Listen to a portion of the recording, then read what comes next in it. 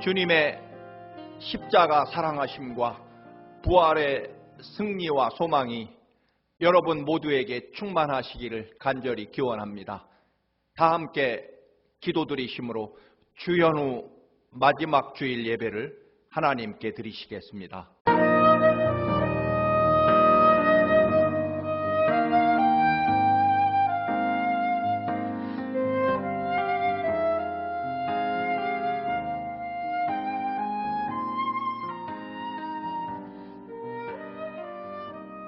여호와 앞에 잠잠하고 참고 기다리라.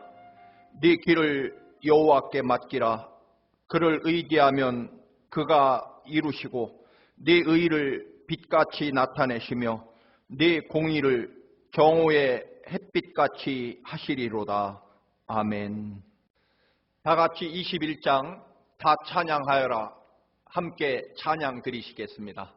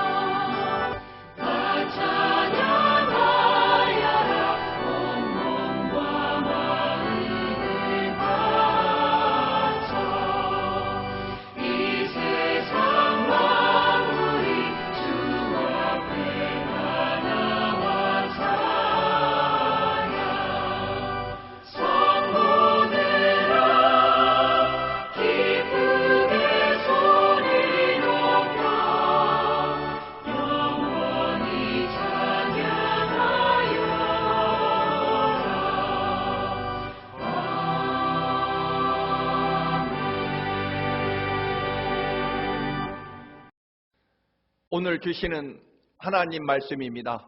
시편 11편 1절에서 7절 말씀입니다. 구약성경 810쪽입니다. 함께 봉독하시겠습니다. 내가 여호와께 피하였거늘 너희가 내 영혼에게 새같이 네 산으로 도망하라 함은 어찌함인가. 악인이 활을 당기고 화살을 시위에 먹이며 마음이 바른 자를 어두운 데서 쏘려 하는도다. 터가 무너지면 의인이 무엇을 하랴. 여호와께서는 그의 성전에 계시고 여호와의 보좌는 하늘에 있으며 그의 눈이 인생을 통촉하시고 그의 안목이 그들을 감찰하시도다. 여호와는 의인을 감찰하시고 악인과 폭력을 좋아하는 자를 마음에 미워하시는도다. 악인에게 그물을 던지시리니 불과 유황과 태우는 바람이 그들의 잔에 소득이 되리로다. 여호와는 의로우사 의로운 일을 좋아하시나니 정직한 자는 그의 얼굴을 배우리로다. 아멘. 이 시간에는 민정은 집사님 하나님께 특별 찬양을 드리시겠습니다.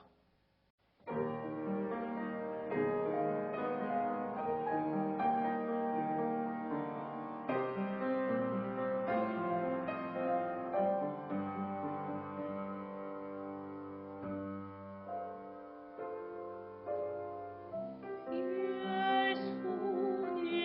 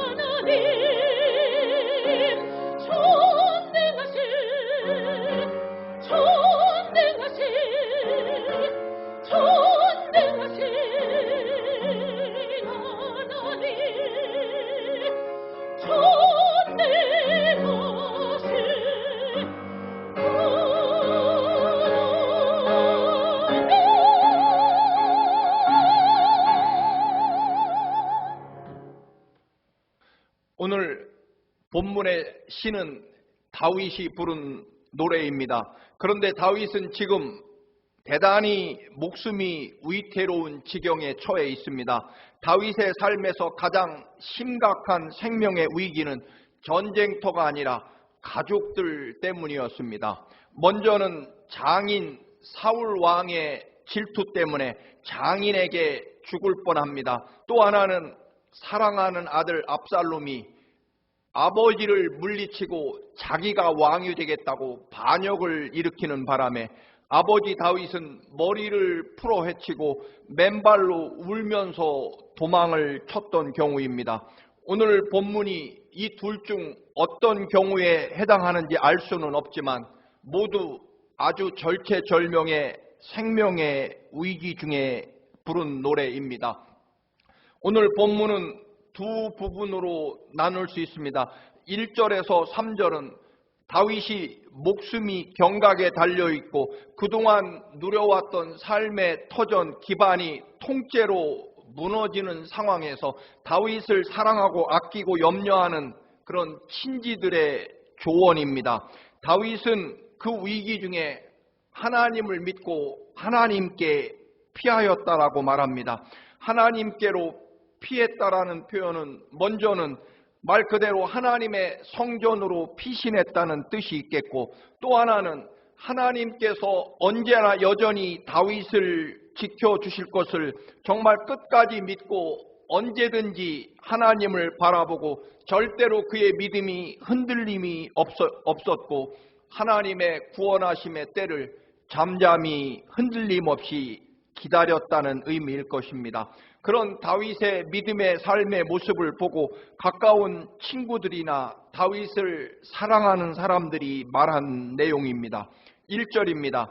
내가 여호와께 피하였거늘, 즉 다윗이 여전히 하나님을 믿고 기다렸거늘 친척들이나 또는 사랑하는 사람들이 말합니다.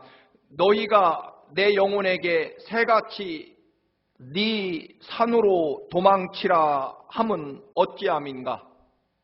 이 심각한 위기 속에서도 다윗은 주님만 믿고 의지하겠다고 결심합니다. 그런데 다윗을 아끼는 사람들이 다윗에게 말합니다. 지금 이럴 때가 아니다. 빨리 새처럼 안전한 산으로 피신해야 살 수 있다. 서둘러라. 적군이 쫓아오지 못하는 깊은 산속 안전한 곳으로 도망쳐야 한다는 것입니다.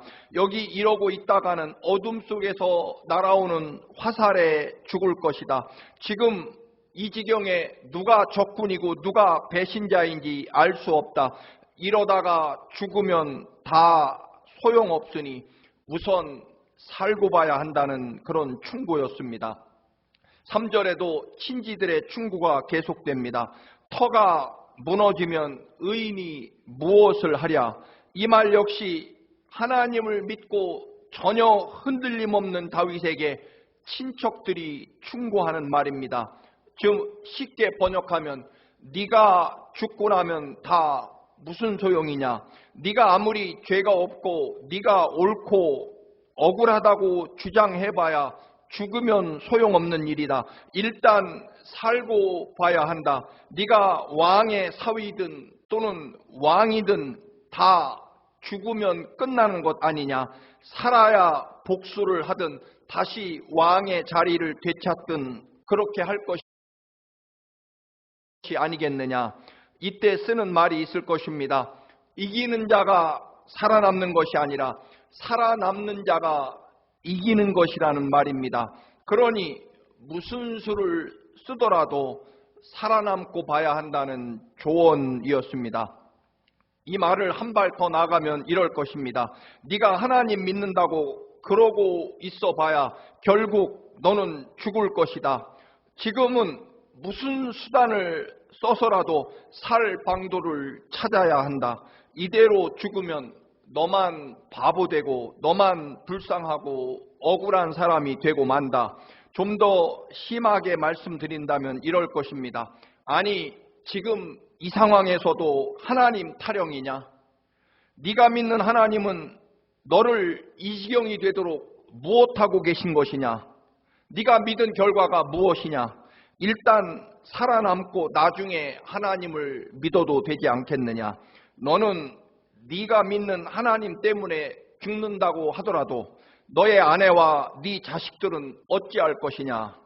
하나님이 밥 먹여주느냐라는 그런 조언과 충고입니다. 여러분, 미리 말씀을 드립니다만 하나님께서 밥을 먹여주십니다. 정말입니다, 여러분. 하나님이 정말로 우리들의 밥이 되어주십니다. 하나님을 진심으로 전적으로 믿고 따르는 사람들에게 하나님은 모든 것을 더해 주실 것입니다. 너희는 먼저 그의 나라와 의를 구하라.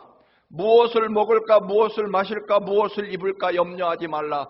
들의 꽃도 공중의 새 한 마리도 하나님께서 먹이시거늘. 하물며 십자가에서 우리 살리기 위하여 주님이 대신 죽으실 만큼 그렇게 생명과 피로 사랑하고 구원해낸, 살려낸 우리들을 하나님이 어찌 돌보시지 않겠느냐라는 믿음으로 살아가는 사람을 하나님이 여러분 반드시 책임져 주십니다. 하나님이 밥을 먹여 주십니다. 여러분, 정말입니다. 그렇습니다. 여러분, 이 믿음으로 우리가 서야 한다는 것입니다. 그런데 우리가 하나님을 평소에는 잘 믿는 것처럼 보이지만 터가 무너지고 목숨이 왔다 갔다 하는 그런 위기에 처하게 되면 달라질 수밖에 없습니다. 나는 하나님을 믿고 끝까지 믿음을 지키며 살고 싶은데 먹고 사는 문제, 자식 문제, 체면과 지위와 자존심의 문제에 직면하면 이게 또 달라집니다. 하나님을 향한 믿음도 결국 현실에 발목이 붙잡힙니다. 하나님 말고 안전한 곳으로 도망치라고 그렇게 요구하는 것은 다윗 적군들이 아니라 다윗을 사랑하고 아끼는 사람들의 충고입니다. 저도 고등학교를 마치고 하나님이 주신 사명을 감당하기 위해 신학대학에 진학하려고 합니다. 그런데 그러자마자 친구와 친척들이 또 선생님이 엄청난 설득을 하기 시작합니다. 너처럼 가난한 집안, 너 혼자만 교회 다니는 네 집안에서 누가 신학대학 등록금을 마련해 줄 것이며 또 서울에서 하숙비나 기숙사비, 책값, 교통비는 어떻게 감당할 것이냐. 무엇보다도 저를 괴롭히는 충고는 네 집안, 너의 어머니를 모실 사람은 너밖에 없는데 네가 목사가 되면 네 집안은 누가 일으킬 것이며 어머니는 길바닥에 나앉게 되면 너만 목사가 된다고 해서 끝나는 일이냐? 네가 믿는 하나님은 그런 하나님이냐? 연약한 너의 누나는 저렇게 밤잠을 못 자고 공장에 다니며 집안을 이끌고 있는데 너만 하나님 믿고 잘 살면 되느냐라는 그런 수많은 충고와 비난이 쏟아졌습니다. 눈에 보이는 현실과 나를 아끼는 사람들의 충고는 너무나 강력한 힘을 가지고 있었습니다. 결국 집에서 통학이 가능하고 장학금을 주는 대학 행정학과에 진학했다가 결국 실패할 수밖에 없었습니다. 보이지 않는 하나님을 믿는 믿음이 아니라 눈에 보이는 현실을 택한 저는 결국 현실에 철저하게 패배하고 신학대학에 3년이나 늦게 진학해야만 했습니다.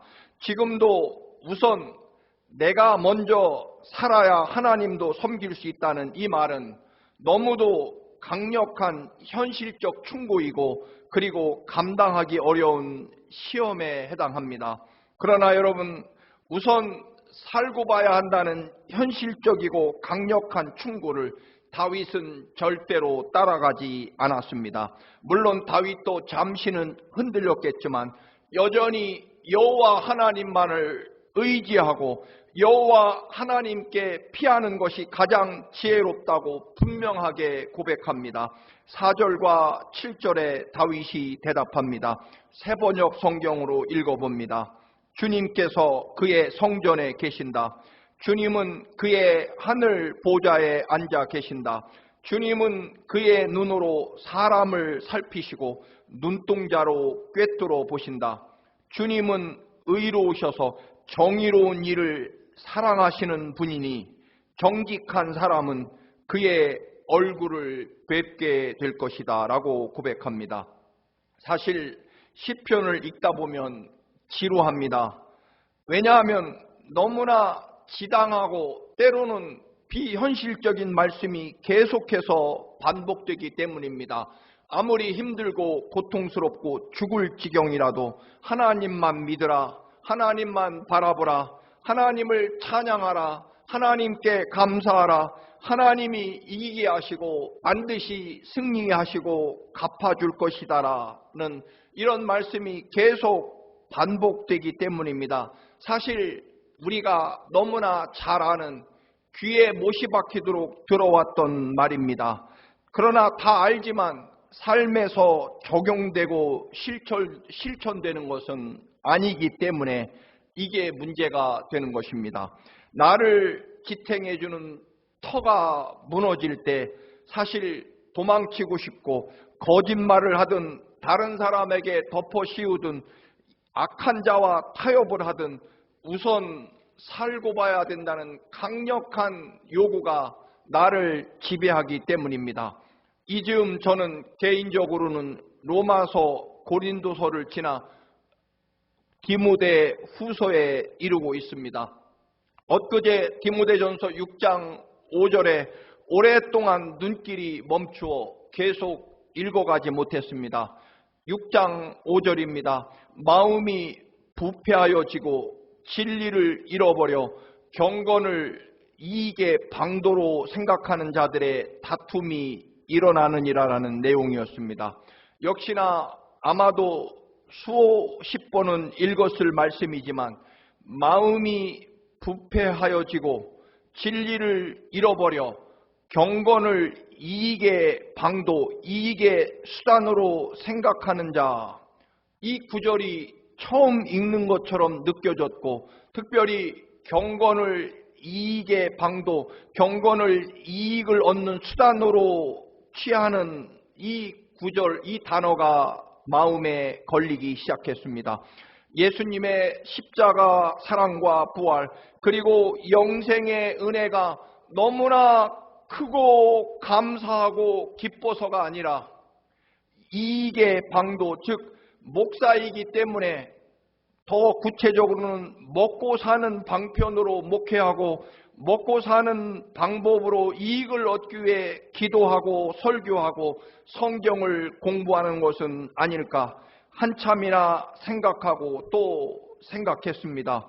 저도 설교나 성경 공부를 인도하면서 다른 설교자들은 생각도 못한 새롭고 깊이가 있는 말씀, 강력하고 때로는 교인들을 울고 웃기는 그런 말씀을 전하려는 소망에 가득 차 있습니다.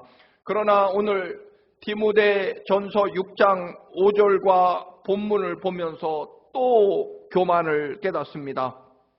우리에게 요구되는 것은 때로는 새로운 지식이 아니라 십자가에서 주님이 흘리신 그 보혈의 피와 나를 살리기 위하여 이 땅에 그 거룩한 하나님의 자리를 버리시고 사람으로 찾아오셔서 내 대신 죽기까지 사랑하시는, 그토록 간절하게 나를 사랑하시는 하나님의 사랑, 그리고 죽음, 세상의 가장 완벽한 절망을 이기고 사흘 만에 부활하셔서 우리에게 위대한 승리와 또한 소망을 우리에게 허락해 주시고 영원한 하나님 나라 영생에 이르도록, 그리고 하나님의 거룩한 자녀로 살아가도록 우리를 구원하신 하나님의 그 절대적인 구원과 은혜와 사랑의 기쁨과 감격으로 살아가느냐의 문제였다는 것입니다.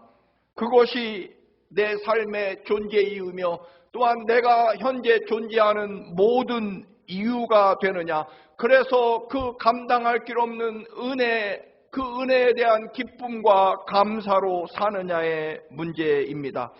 결국 모르기 때문에, 깊이가 없기 때문에 그런 것이 아니라 여전히 이 거룩한 하나님의 사랑 예수 그리스도의 십자가의 그 뜨거운 피가 내 영혼과 삶에 흐르지 않기 때문에 예수를 믿으면서도 거짓말하고 죄와 타협하고 미워하고 싸우고 두려워하고 실망하고 염려하고 불평하며 사는 것입니다. 사실 진짜 위기는 터가 무너지는 것이거나 위태로운 상황이 아니라 예수 그리스도의 십자가의 피가 말라버리고 기쁨과 그 은혜가 사라진 채 경건을 이익의 방도로, 경건을 먹고 사는 수단으로 그렇게 여겨지는 이 삶이 문제였다라는 것입니다. 너무 자주 이야기되고 유명한 이야기입니다.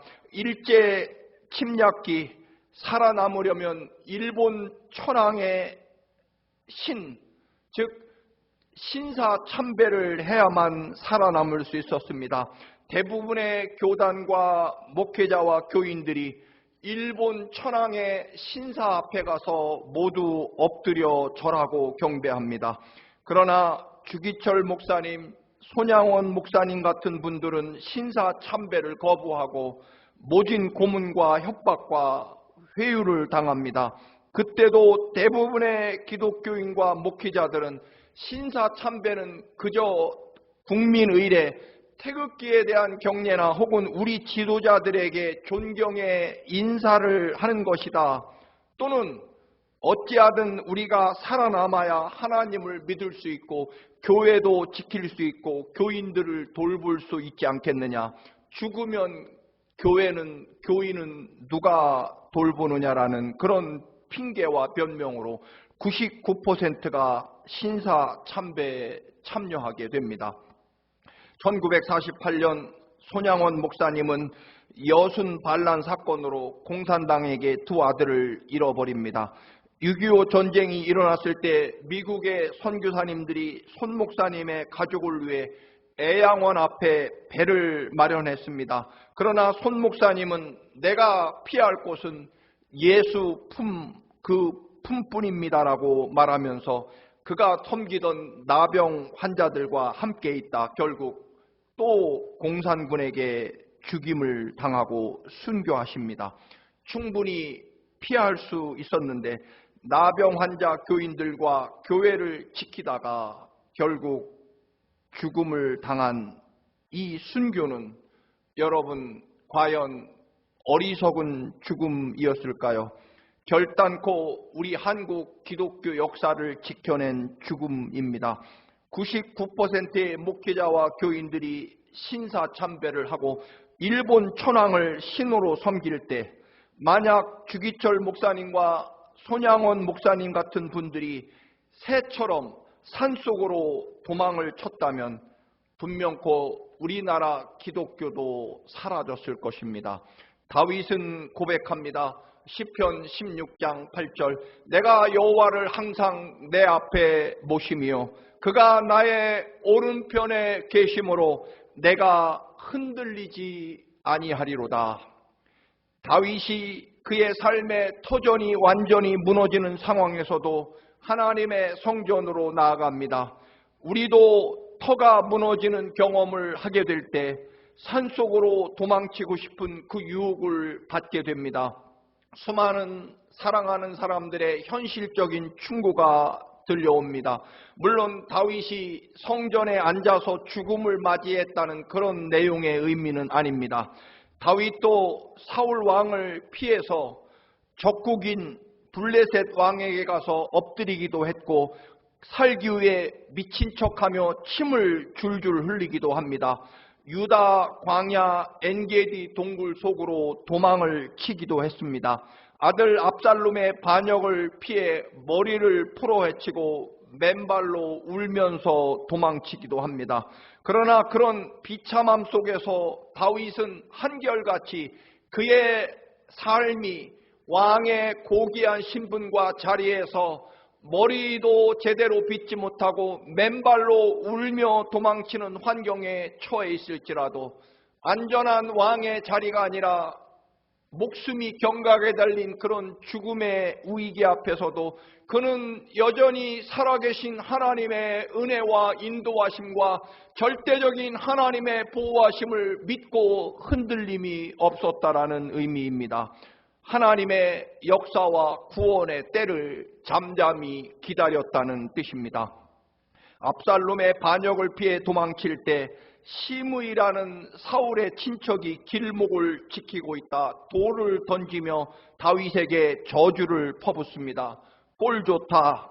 너도 이런 꼴로 망하게 될 줄 알았다.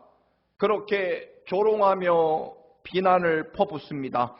부하들이 아무리 도망치는 길이지만 당장 저자를 죽이고 오겠다고 말하자 다윗은 분명히 말합니다. 사무엘하 16장 10절입니다. 왕이 이르되 그가 저주하는 것은 여호와께서 그에게 다윗을 저주하라 하심이니 네가 어찌 그리하였느냐 할 자가 누구겠느냐 하고 비참하고 분노와 원한으로 가득 찬 도망자의 길에서도 한풀이하거나 보복하지 않습니다. 저 시므이의 저주도 하나님이 내게 주시는 말씀으로 받아들였다라고 하는 것입니다. 이 모든 일을 주관하시는 것은 하나님이시라고 고백하고 절대로 흔들리지 않습니다. 다윗이 사울 왕을 피해 엔게디 동굴에 숨어 있을 때 사울 왕이 동굴에서 용변을 보고 있습니다. 혹은 막사에서 완전히 골아떨어져 있었습니다. 사울을 죽이고 이 지긋지긋한 도망자의 생활을 끝낼 수 있었고 다윗을 따르는 충성스러운 부하들이 말합니다. 이 일이야말로 하나님이 사울 왕을 죽이고 다윗이 왕이 되라는 하나님이 주신 절대적인 축복의 기회, 기적적으로 하나님이 마련해 주신 완벽한 복수의 기회라고 말합니다. 사실 모든 상황이 하나님이 원수를 갚도록 마련해 주신 축복의 자리로 보였습니다. 그 순간에 다윗은 말합니다. 사무엘상 24장 6절입니다. 내가 손을 들어 여호와의 기름 부음을 받은 내 주를 치는 것은 여호와께서 금하시는 것이니 그는 여호와의 기름 부음을 받은 자가 됨이니라. 그렇게 고백합니다. 하나님이 완벽하게 마련해 놓으신 축복의 기회, 원수 갚고 다윗이 왕의 자리에 오를 수 있는 기회, 더는 이 지긋지긋한 도망자의 삶을 끝낼 수 있는 하나님이 주신 기회라고 착각하기 쉬운 그 순간에 다윗은 여전히 그 놀랍고 위대한 하나님의 축복으로 보이는 그 기회에도 흥분하지 않고 또는 착각하지 않고 절대적인 살아계신 하나님의 말씀을 의지합니다. 그 순간에도 결코 말씀을 놓지 않습니다. 하나님께서 이루실 때까지, 하나님이 친히 역사하실 때까지, 하나님이 마련해 주실 때까지 기다리겠다는 것입니다. 그 말은 하나님을 믿는 절대적인 믿음의 산으로 하나님의 약속하신 말씀으로 다윗은 언제나 피했고 그는 언제나 하나님의 살아계신 말씀 안에 머물렀다는 것입니다. 우리의 문제도 분명합니다. 주님이 나를 위해 죽기까지 사랑하시고 영원히 나와 함께 계심을 믿지 않는 것, 그것이 우리의 문제일 것입니다. 하나님을 믿으면 여러분 결단코 모든 것이 문제가 되지 않습니다. 하나님이 이루실 것이기 때문입니다. 그래서 항상 주님을 바라보는 것입니다. 그러면 하나님께서 반드시 믿음을 주실 것이고 믿으면 문제는 끝날 것입니다. 사랑하는 교우 여러분, 다윗처럼 항상 하나님을 바라보며 하나님께 피하며 하나님의 역사와 인도하심을 고백하며 찬양하며 감사하며 기도하며 말씀을 붙잡고 살아가시기를 주님의 이름으로 간절히 축원합니다. 할렐루야. 기도드리겠습니다. 전능하시고 거룩하신 아버지 하나님, 뿐만 아니라 독생자 예수 그리스도를 이 땅에 보내시어 우리를 살리려고 십자가에 죽게 하시며 그 거룩한 보혈의 피로 우리를 살려내신 아버지 하나님, 죽기까지, 하나님이 죽으시기까지 우리를 사랑하시고 또 인도하시는 주님의 사랑을 믿고 우리도 언제나 여호와 하나님 은혜 안에 피하게 하시고 말씀 안에 서게 하시고 또한 믿음으로 서게 하여 주옵소서. 예수 그리스도의 이름으로 기도드립니다. 아멘. 다 같이 찬송가 393장 오 신실하신 주 함께 찬송 부르시면서 하나님께 예물도 봉헌하시겠습니다.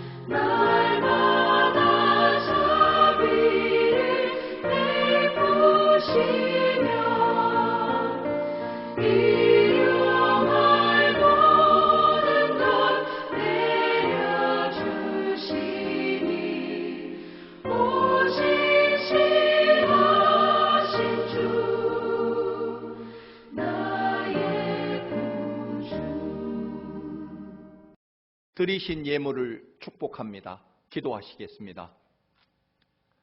우리를 위해 우주 만물을 창조하시고 우리의 생명과 삶의 주인이실 뿐만 아니라 가장 좋은 것 주시기를 원하시며 독생자 예수 그리스도를 기꺼이 내어주시고 우리를 살리시고 구원하신 아버지 하나님의 이 큰 사랑, 갚을 길 없고 감당할 길 없어 우리들에게 허락해 주신 물질을 구별하여 우리의 감사와 믿음과 기쁨을 담아 아버지께 드립니다.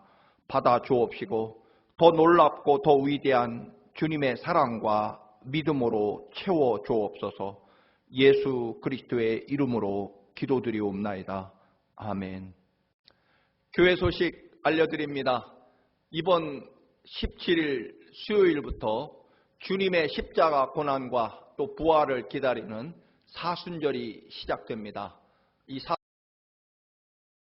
사순절 기간 동안 여러분 더욱 경건하고 거룩한 그런 기간이 되시고, 또한 주님의 십자가 사랑 속에 이웃을 생각하고 섬기는 그런 특별한 기간이 되시기를 간절히 바랍니다.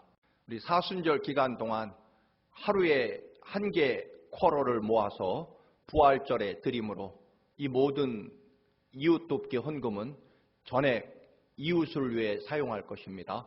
사순절 주님의 고난과 사랑 속에 하루에 한 개 쿼러를 늘 모아서 이웃을 사랑하는 기간이 되시기를 바랍니다.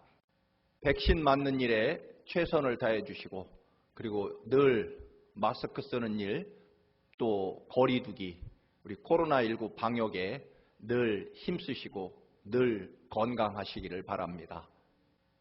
올 2021년은 성경 일독 운동을 강력하게 전개합니다. 여러분 성경 읽는 일에 꼭 동참하시고 하나님의 말씀 안에 여러분 늘 머무시기를 바랍니다. 우리 수요일마다 영상으로 성경 공부를 하고 있습니다. 요즘에 예수님의 비유 강해를 실시하고 있습니다. 여러분 꼭 함께 참여해 주시기를 바랍니다. 우리 청암교회가 창립 30주년을 맞이합니다. 하나님 앞에 30주년을 감사하면서 또 우리도 주님의 그 놀라운 은혜와 사랑의 기념비를 세우고자 합니다. 우리가 가능하면 함께 기도하면서 우리도 복음의 빚진 자로서 기념교회를 설립하려고 합니다. 이 일에 여러분 기도하시고 또 함께 참여해 주시기를 바랍니다. 여러분 모두 강건하시고 또 은혜 가운데 늘 계시기를 주님의 이름으로 간절히 축원합니다. 찬송가 620장 2절 함께 부르시고 축도 드림으로 오늘 예배를 마치도록 하겠습니다.